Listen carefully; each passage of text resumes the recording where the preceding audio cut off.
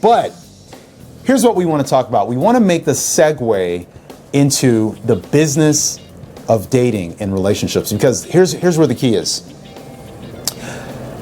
The key is the customer wants one thing, and the seller in the relationship, the person who's looking to date, the person who's single, is offering one thing. They're offering something that the buyer is not necessarily interested in.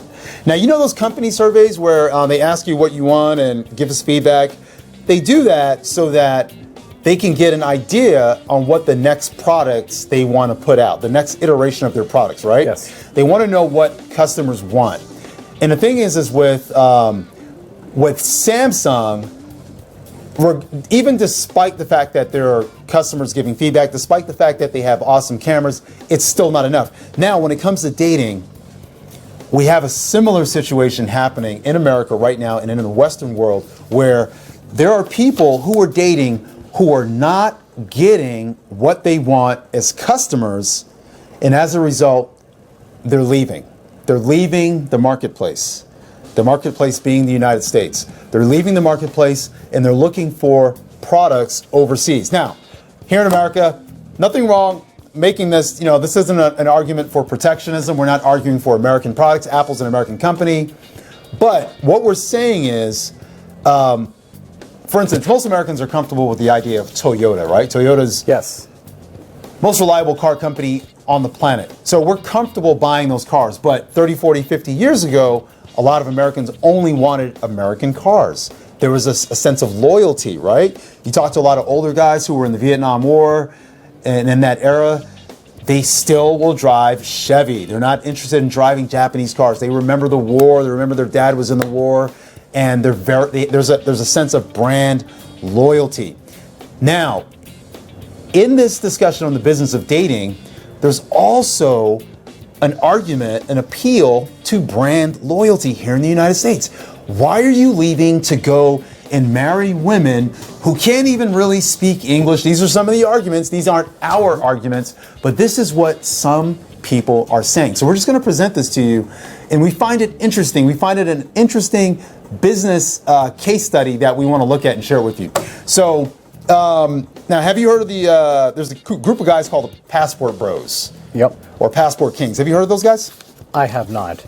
Okay. So can you imagine what they're doing? I mean, just looking at the name, what do you think they do? Well, I would first think they were working on some kind of expatriate type of situation. Okay, maybe that. Now, just to let you guys know, I've lived overseas in a couple countries. I've lived in Asia, in 2 different places. I've lived over there for years.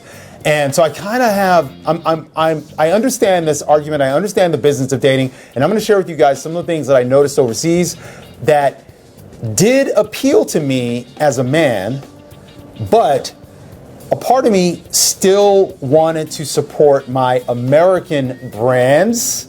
There was still a little bit of brand loyalty, right? And I still wanted to support my American, because there's a familiarity. There's there's something there. So what we're analyzing is there's something that's happening that is so dramatic. There's something that's happening that's so offensive to some buyers that they're leaving to go overseas. What do you think some of those things might be? Just out of curiosity.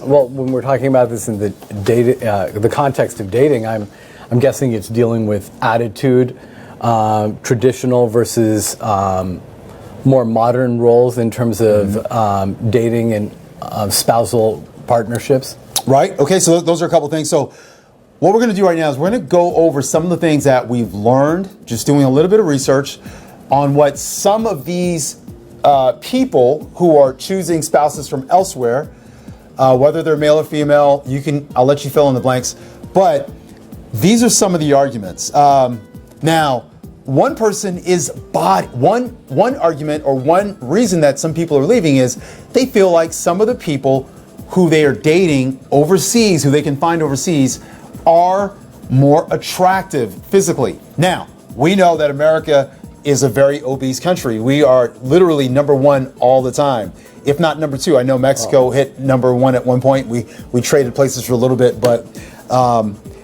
that's an issue.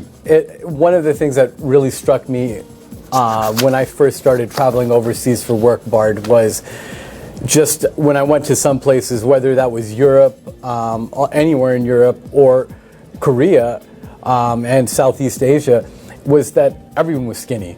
It was completely different Right. in the United Exactly. States. It was very difficult 24 years ago to find anyone that was really significantly overweight. I've been back in the States for 10 years, not to cut you off. Yeah. I've been back in the States for 10 years. I remember when I first got overseas, when I first got to Korea, I went to South Korea. I couldn't believe how in shape people were. It blew my mind. I literally couldn't believe, everyone was in shape. And it really got the wheels turning. And then there's something that happens to the dating market, to the business of dating. There's something that happens. Like, for instance, let me give you a good example. Let's say Toyota and every other car maker, their cars were equally reliable. What would happen to Toyota? Would they have the same image that they have? No. They wouldn't have the same image, right? No. What do you think would happen? Well, they would have to start specializing. They would, Yeah. they would have to modify their product so that it was unique. So it's unique. When you're overseas and everyone's in shape and everyone's attractive and it's just blowing your mind, what happens is a woman who's overseas who her equivalent in the United States, they're the same size, same beauty. You find a beautiful American woman and a beautiful woman who's from overseas. When you put them together in the United States, dating that woman would be a lot more difficult because she knows the market value. She's in a market where all the cars or all the smartphones are terrible and she's the prize. So her value shoots up, but when you go overseas, it's the great equalizer. And I think what I want to say, go ahead, if you get a comment. Yeah. Well, I think what you're basically saying is that you have to differentiate, and probably the way that you're differentiating is the attitude. If you're taking both the American and this foreigner, where they're differentiating is attitude. There's one thing with attitude, and let me make a disclaimer. There are some sweet American women, right? Nothing we say here today is across the board. There's obviously a mix, but there is something creeping in. There's an ideology creeping in that's starting to broaden the margins when it comes to a way of thought with some women, right? And with some men. When it comes to men, for example, we'll segue into this really quickly. When it comes to men, there are men a lot of men are becoming a lot more misogynistic that I've noticed. A lot of men are becoming a lot more demanding of poly type of relationships where there's more than one partner, and they're justifying it based on their wealth. And I think those are some differences. So there's differences is we're sort of moving away from family values. Certain things that were once treasured, we're moving away from them. All right, guys. Well, we're going back to the business of. So the business of is related to money, right, Bard? Right. So The money. when we're looking at the business of, there's a couple of things that are really interesting about today in our world. This is the first time where we actually see poorer people who have put on more weight than the people who are wealthier. Right. And that's because food is bad. When we look at Food's terrible. food is terrible. Maybe food is not food in terms of the GMO. Just all the chemicals and additives. So it's really changing the game. But go ahead. I'm sorry. It's changing the game. But when we look at overall obesity rates in the United States, Where are we at right now? in 1960 they were at about 13%. 13% of Americans were overweight or obese. Those are the good days, guys. Yeah. Those are the good days for dating. Everyone could find an attractive spouse. Keep going. Over the last 63 years, those numbers have blown up, just like the American. Quite literally. Yeah. Pun intended. So today, the numbers for obese or overweight or obese Americans is about 41.5%. It's almost doubled in just the last 24 years alone. And that's insane. And I want to state that the obesity is not necessarily our fault. What's happening is we have an FDA who claims everything is safe, right?